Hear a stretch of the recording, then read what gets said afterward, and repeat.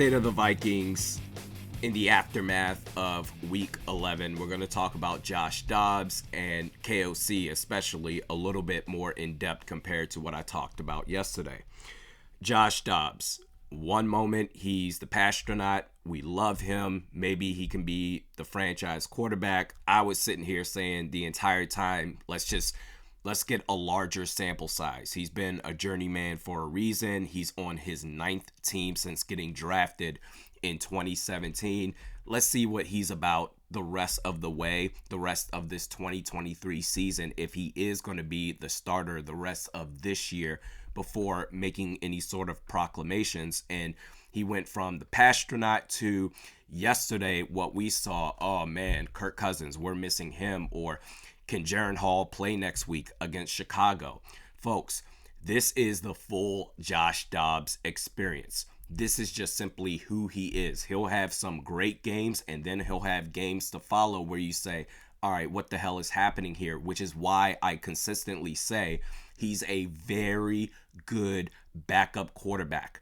You can have him in short stints in emergency situations. If you need him for a game or two, okay, fine. If you're relying on him for an entire season, that's where things are going to go south.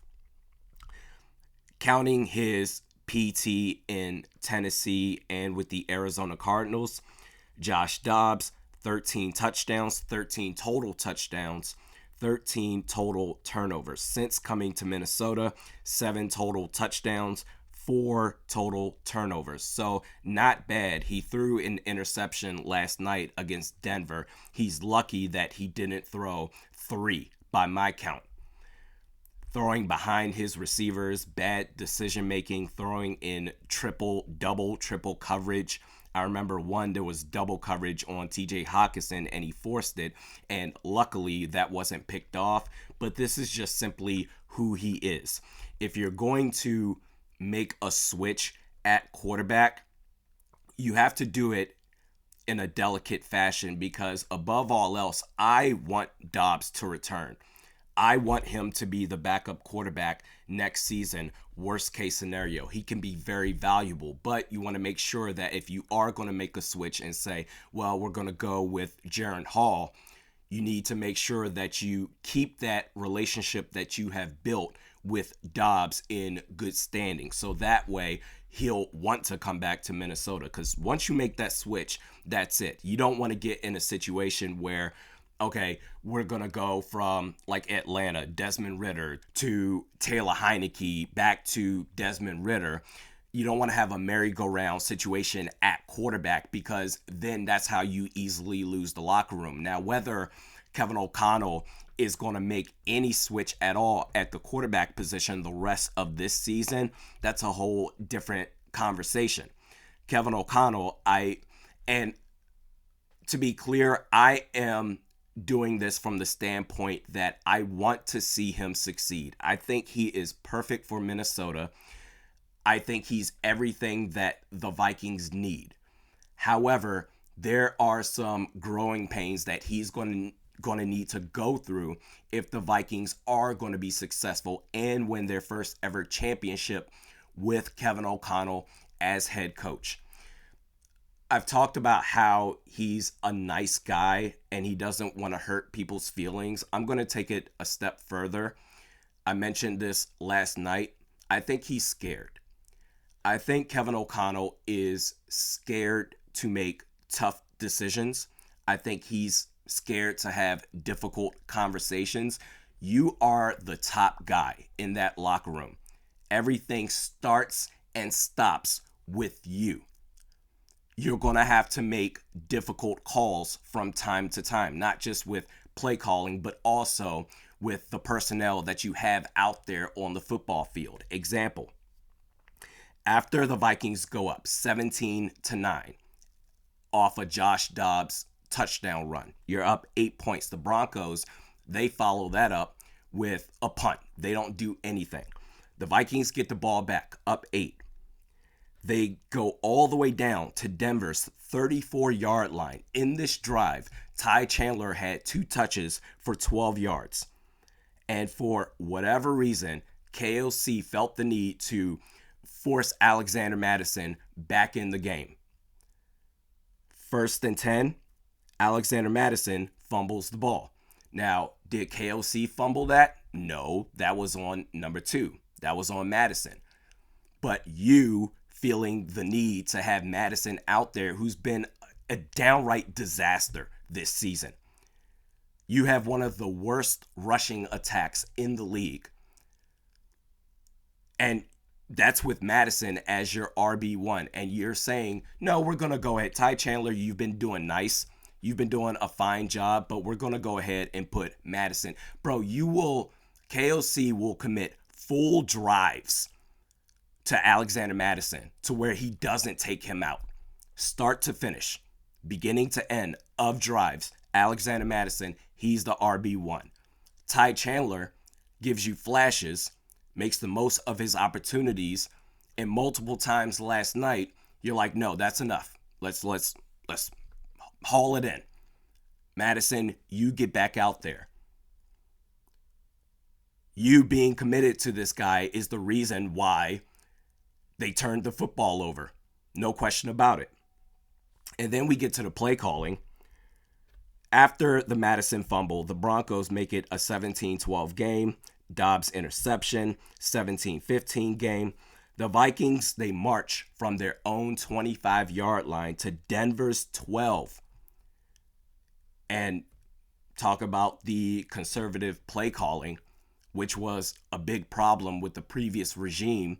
We thought it was going to be a 180 turnaround. Turns out it's more of the same.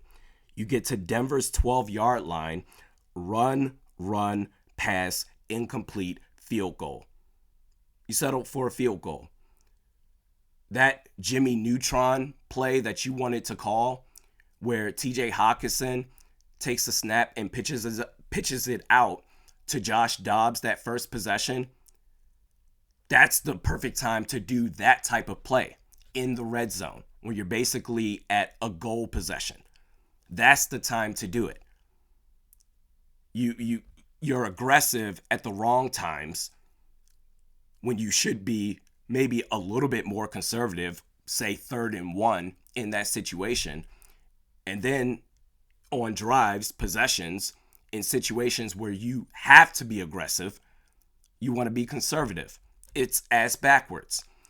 And by the way, I did see that replay of the fumble on Josh Dobbs, Kareem Jackson head hunting, leading with his helmet. Should he have been called for unnecessary roughness? Absolutely. At the same time, I don't care. To be clear, I care about the safety of Josh Dobbs.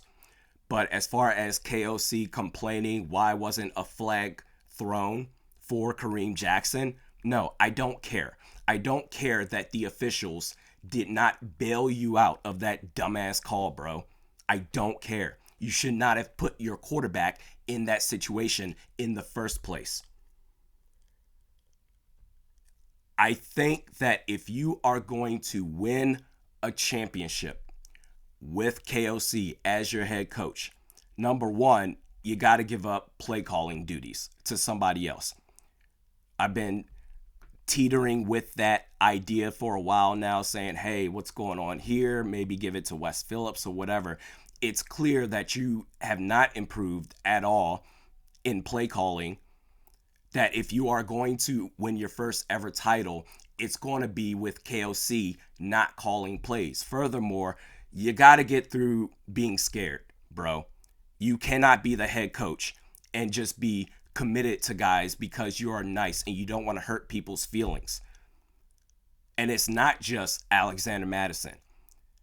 It's not just Jordan Addison or KJ Osborne playing the wide receiver 2 over Jordan Addison when Justin Jefferson was healthy. It's not just that. Bro, this goes back to last year. You allowed Ed Donatel and that horrific defense. They were, second worst in the league, if I remember correctly. You allowed Ed Donatel in that disaster of a defense to go the entire season. He should have been fired after the 43 loss to Dallas. But you allowed it to continue, and then, all right, we'll make the change after the season's over with. That's not leadership, bro. You're going to be nice. You're going to be scared, too scared to make tough calls, to have difficult conversations. It's too much for you to handle that you'll allow the team to suffer because of it. That's not leadership, bro. You got to get through that. Otherwise, if you're not able to call plays effectively, consistently, and if you don't have the stones to make the calls that need to be made in order for this team to be successful, then what is it that you contribute as a head coach for your team to win? Like, what is it? I want to see this man succeed. I'm not calling for this dude to be fired or anything like that, but these are real issues that must be addressed.